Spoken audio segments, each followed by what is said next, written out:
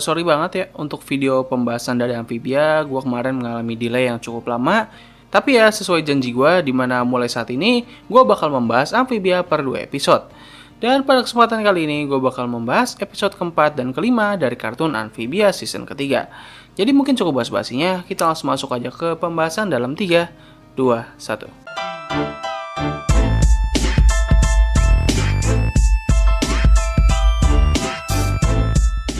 Oke, kita mulai dari episode keempat, segmen pertama yang berjudul The Fight at Museum. Segmen ini dibuka dengan Anne yang menghabiskan malamnya untuk mencari informasi mengenai portal menuju amfibia. Sementara Anne sibuk mencari informasi, para planter sepertinya lebih bersantai dalam situasi ini. Mereka sepertinya sudah nyaman dengan kehidupan di bumi, dan nggak begitu terburu-buru banget untuk bisa kembali ke amfibia. Alasan kenapa Anne terburu-buru pastinya karena ia khawatir dengan kondisi kedua temannya. Setelah itu, ibunya meminta Anne untuk pergi ke museum untuk menyelesaikan tugas sejarah. Di tempat lain, sang robot assassin menggunakan menara sinyal untuk mencari keberadaan Anne. Ketika di museum, Anne masih tetap fokus dalam mencari informasi mengenai portal. Tiba-tiba, ia melihat sebuah artefak yang menggambarkan seekor katak sedang menunjukkan Calamity Box kepada para Viking. Kalau kalian merasa tidak asing, well itu dikarenakan katak yang ada di artefak ini merupakan katak yang sama dalam flashback Andreas. So, dari sini kita bisa berasumsi kalau Andreas itu memiliki umur yang cukup panjang. Dan dengan adanya momen ini, salah satu teori gue mengenai adanya artefak peninggalan amfibia di bumi sudah terbukti benar. Tiba-tiba, Anne dikejutkan dengan seorang arkeolog yang bernama Dr. Jane. Dr. Jane menunjukkan antusiasnya yang sangat besar mengenai artefak yang berhubungan dengan amfibia. Melihat hal ini, para planter merasa kalau ia bisa membantu pencarian Anne. Namun Anne lebih memilih untuk tetap menjaga rahasianya, karena ia masih tidak percaya dengan Dr. Jane. Melihat dari momen ini, sepertinya Anne masih memiliki trust issue. Ya, mengingat semua hal yang telah ia lalui sampai titik ini, tentu membuat dirinya menjadi sulit percaya dengan orang lain. Setelah itu, Anne memutuskan untuk menyelinap ke dalam museum dan mengambil artefak yang mereka butuhkan. Di malam harinya, mereka pun menjalankan rencana yang sudah mereka buat. Tetapi sang robot assassin segera mengetahui keberadaan mereka. Di saat Polly sudah berhasil mengambil artefak, tiba-tiba sang robot assassin datang dari atap kaca. Dan kedatangannya ini membuat alarm museum berbunyi. Not you again. Untuk kesekian kalinya, mereka pun harus berhadapan dengan sang robot assassin. Singkatnya, mereka berhasil memutuskan tangan sang robot, serta membuatnya mengalami beberapa kerusakan. Meskipun ia sempat menangkap Anne, tapi untungnya Dr. Jane dan security museum segera datang dan hal ini membuat robot assassin segera menghilang. Dikarenakan pertarungan sebelumnya, identitas para planter akhirnya terbongkar. Tapi untungnya Dr. Jane meminta kedua security untuk pergi. Dengan begitu, ia bisa menggali informasi yang lebih dalam mengenai amfibia kepada Anne. Anne yang sudah tidak punya pilihan lain, akhirnya memberikan kepercayaannya kepada Dr. Jane. Dengan begini, Anne kini sudah memiliki aliansi baru dalam menyelesaikan tujuan akhirnya. Sebelum Anne pergi, ia mengatakan kalau artefak itu mungkin memiliki semacam kode rahasia yang hanya dapat dilihat menggunakan sinar black light. Di keesokan harinya, Dr. Jane mencoba saran dari Anne dan ia menemukan sebuah tulisan yang menggunakan bahasa amfibia di artefak tersebut. Dikarenakan kedua segmen ini memiliki cerita yang saling terhubung, jadi sekarang kita lanjut aja ke segmen berikutnya yang berjudul Frog Temple. Setelah mengetahui rahasia di balik artefak, Dr. Jane memanggil Anne untuk datang ke museum. Ketika Anne dan para planter ingin pergi ke sana, ibunya mereka meminta untuk membantu di sebuah acara perkumpulan Thailand yang kayak ya semacam festival gitulah. Gue sangat mengapresiasi bagaimana episode ini menunjukkan sebagian budaya Thailand. Meskipun ya, gue sebenarnya nggak begitu tahu sih apakah semua hal yang ditampilkan dalam episode ini sangat akurat dengan budaya aslinya. Tapi melihat background dari Matt Browley, serta alasan kenapa ia membuat amfibia karena terinspirasi setelah melakukan perjalanan ke Asia, harusnya semua yang ada di episode ini sangat akurat dengan budaya asli. Mungkin satu hal yang gue cukup relate dengan episode ini adalah ketika Anne didatangi oleh sekumpulan ibu-ibu. Ini kayak tipikal Asia banget gitulah. Sementara Anne harus menjaga kios keluarga serta bertemu dengan kerabat yang lain selama 1 jam sebelum ia bisa pergi ke museum, para planter pergi mengelilingi festival dan mereka sepertinya cukup antusias dengan acara ini. Polly menjadi pusat perhatian di kelas Thailand karena ia mengerti bahasa Thailand setelah menonton banyak film Thailand. Hapap mengikuti sebuah seni tari yang mana ini sangat sesuai dengan karakternya dan seperti yang bergabung di sebuah permainan bola. Di saat para planter menikmati acara ini, Anne tidak bisa melepas pikirannya mengenai Dr. Jane. Ketika Anne sedang menelpon Dr. Jane, sang robot assassin mendengar pesan suaranya. Ia pun mengirim sekumpulan robot capung untuk membunuh Anne. Ketika Anne ingin menyelinap pergi, ia malah ketahuan oleh ibunya. Anne yang awalnya merasa tidak peduli dengan acara festival ini, seketika langsung merasa bersalah setelah mendengar ibunya mengatakan kalau semua orang yang ada di tempat ini telah membantunya ketika Anne sedang menghilang. Tidak lama kemudian, pasukan capung robot telah sampai di tempat Anne berada. Dan by the way, momen ini sebenarnya sudah ditunjukkan dalam opening di season ini. Waktu itu gue sempat berteori kalau para makhluk di amfibia bakal masuk ke bumi, tapi ya melihat dari momen ini sepertinya teori gue salah. Ketika Anne dan para planter siap bertarung, orang-orang yang ada di sana juga ikut bertarung. Dan singkatnya, mereka berhasil menghancurkan seluruh robot capung tersebut. Tetapi dampak dari pertarungan ini membuat identitas para planter akhirnya terbongkar. Guys, your disguises, they've fallen off. Meskipun begitu, semua orang yang ada di sana merasa tidak keberatan dengan hal ini. Selama para planter merupakan temannya Anne, mereka juga akan menganggapnya sebagai teman. Ketika mereka sudah membersihkan semua kekacauan ini, Dr. Jane datang karena ia sudah tidak sabar untuk memberitahu Anne mengenai temuannya. Anne mencoba mengartikan tulisan yang ada di artefak tersebut lewat catatan dari Marcy. Dan tulisan tersebut berartikan, "Carilah sang ibu Olms, dia akan menuntunmu ke takdirmu."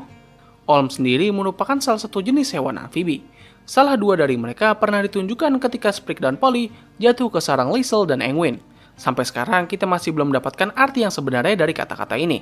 Entah Anne harus menemukan Olms yang ada di bumi atau di amfibia. Well, itu semua bakal terjawab di episode kedepannya. Sesuai yang gue katakan, episode ini memiliki dua segmen yang saling berkaitan erat. Bahkan kalau diperhatikan, kedua segmen ini hampir memiliki ritme yang sama.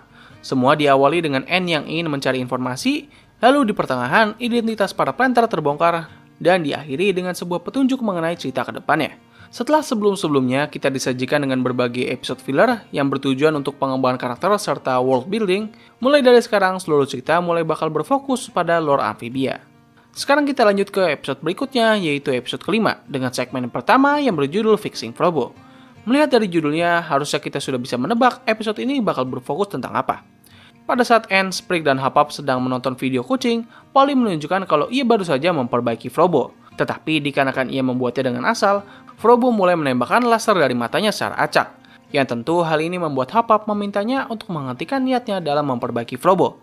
Tapi ya namanya juga Polly, ia masih tetap kekeh dengan keinginannya. Dengan meminjam laptop milik Anne, ia pun mencari video mengenai cara memperbaiki robot. Di sini kita diperlihatkan dengan berbagai reference dari video-video yang biasa muncul di YouTube. Mulai dari Best Angry Gamers yang sebenarnya ini suka ada di YouTube, lalu ada Lofi Music dengan Slow Verb Remix yang mana ini sudah menjadi tren yang cukup disukai banyak orang, hingga video yang berjudul New Epic Robot Skin Fortnite, yang pasnya ini merupakan parodi dari video-video yang mengenai game Fortnite. Pada akhirnya, Polly menemukan sebuah channel yang bernama IT Girls, yaitu sebuah channel yang berisikan dua gadis yang suka membuat robot. Kedua gadis ini juga diperlihatkan dalam opening dan gue awalnya mengira kalau mereka itu adalah anak dan ibu. Tapi setelah melihat ini, well, that's something. Tapi ya kita lihatlah sisi positifnya. Setidaknya kini amfibia sudah memiliki karakter pelangi, jadi harusnya mereka nggak perlu dong membuat trio ini memiliki hubungan yang sama dengan kedua gadis ini. Well, please lah, jangan sampai.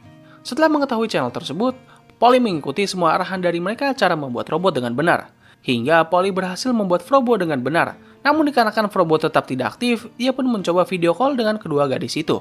Dan meminta saran kenapa robot miliknya tidak aktif. Setelah mengetahui caranya, Polly segera menanamkan sumber tenaga yang baru, dan ia mencoba menunjukkannya kepada Anne dan para planter yang tersisa. Tetapi mereka malah kembali memarahi Polly karena sudah melakukan hal yang dilarang. Polly merasa sedih karena mereka sepertinya tidak peduli dengan Frobo, dan hanya ia sendiri yang peduli dengannya. Polly segera menuju garasi untuk menghidupkan Frobo, tetapi pada titik ini, Frobo sudah tidak mengingat Polly, dan ia pun segera meluncur ke atas langit. Tapi dikarenakan bahan pembuatan Frobo yang tidak sempurna, mengakibatkan ia kembali jatuh ke tanah. Di momen ini, Polly mencoba mengembalikan ingatan Frobo, dan akhirnya ingatan Frobo kembali. Mereka pun jatuh ke tanah dengan Polly yang selamat, sementara Frobo hanya menyisakan kepalanya saja yang masih hidup. Di waktu ini juga, kedua gadis dari IT Girls datang untuk melihat robot milik Polly. Dari sini kita bisa melihat kalau Polly bakal memiliki kemampuan dalam bidang teknologi. Sebenarnya kalau misalnya dipikir-pikir, dengan adanya pengembangan dalam episode ini, Polly bakal menjadi karakter yang paling berpengaruh dari keluarga Planter.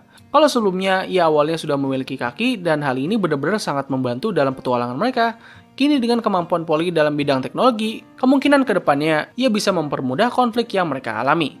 Awalnya gue berpikir kayak rasanya tuh Polly jadi agak overpower gitu di momen ini. Karena ia sendiri sudah memiliki stamina dan keberanian yang cukup kuat, dan dengan ditambah kemampuan barunya dalam bidang teknologi, rasanya ini malah membuat dirinya menjadi sangat menonjol ketimbang keluarga Planter yang lain. Tapi ya gue harap mereka bisa tetap mengimbangi peran dari keluarga Planter agar mereka semua bisa tetap menonjol secara bersamaan. Selanjutnya kita masuk ke segmen terakhir yang berjudul Anne's Terminator. Segmen ini dibuka dengan robot assassin yang sedang memodifikasi beberapa bagian tubuhnya.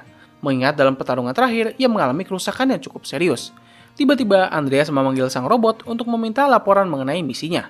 Dan by the way, di sini kita bisa mengetahui kalau nama asli dari robot assassin adalah Clockbot. Gua nggak begitu tahu apakah ini merupakan pertama kalinya nama itu disebut, tapi ya intinya ini adalah nama aslinya. Dan mulai sekarang gue bakal menyebutnya dengan Clockbot. Awalnya, Andreas bersikap seperti seorang raja yang ramah. Ya pokoknya sama persis lah dengan sifatnya ketika pertama kali diperkenalkan. Namun semua berubah setelah ia mengetahui kalau Clockbot masih belum bisa menyelesaikan misinya. Maka dari itu, Andreas memasang bom waktu agar sang Clockbot dapat menyelesaikan misinya dengan cepat. Setelah itu, ia langsung mendeteksi keberadaan salah satu unit robot milik Andreas. Tentu unit tersebut adalah Frobo. Sementara itu, N menunjukkan kepada kedua orang tuanya bagaimana dirinya kini sudah berubah menjadi lebih baik. Kedua orang tuanya sangat bangga kepada N karena kini ia bisa bertanggung jawab dan jujur kepada mereka. Mendengar hal ini, N langsung kepikiran mengenai dirinya yang belum sempat memberitahu soal konfliknya dengan King Andreas. Ketika N mencoba memberitahunya kepada kedua orang tuanya, tiba-tiba Clockbot muncul di depan rumahnya N. Awalnya mereka mencoba bersembunyi di ruang khusus, tetapi ia segera masuk ke dalam ruangan tersebut. Namun dikarenakan dalam ruangan tersebut banyak sekali boneka mirip N yang dibuat oleh ibunya ketika N sedang menghilang, Clockbot menjadi bingung dan menyerang salah satu boneka. Mereka pun memanfaatkan momen ini untuk melarikan diri menggunakan mobil. Clockbot terus mengejar mereka hingga sampai di tempat pembuangan sampah. Ketika mereka sedang bersembunyi, ibunya N menanyai kenapa robot tersebut menyerang N. Tapi dikarenakan N yang masih ragu untuk berkata jujur, ibunya sempat berkata kalau N masih belum bisa berubah dan ia masih sama seperti dirinya yang dulu. N mengungkapkan kalau dirinya masih tidak mengetahui harus menjadi seperti apa agar ibunya bisa bangga. Dan semua hal yang ia lakukan selama ini adalah demi melindungi orang-orang yang ia sayang. Sebenarnya kalau boleh jujur, gue agak kurang srek dengan konflik yang ada di segmen ini. Kayak permasalahan N yang tidak memberitahu mengenai konflik yang sebenarnya terjadi, malah membuat ibunya N berpikir kalau N masih tetap sama aja, rasanya itu kayak agak kurang masuk aja gitu. Meskipun ya harus gue akui, konflik ini sangat tertolong dengan sikap ibunya N yang benar-benar menggambarkan sifat ibu orang Asia. Kayak you know lah, biasanya ibu-ibu kita tuh selalu berekspektasi besar kepada anaknya, tapi ya mereka sendiri tidak mengetahui batas kemampuan anaknya sendiri. Dan terkadang hal ini membuat sang anak menjadi sangat tertekan. Setelah konflik keluarga selesai, mereka pun menyusun rencana untuk mengalahkan Clockbot. Dan singkatnya, ibunya N berhasil menghancurkan kepala sang Clockbot dan disusul dengan N yang menusuknya dari belakang.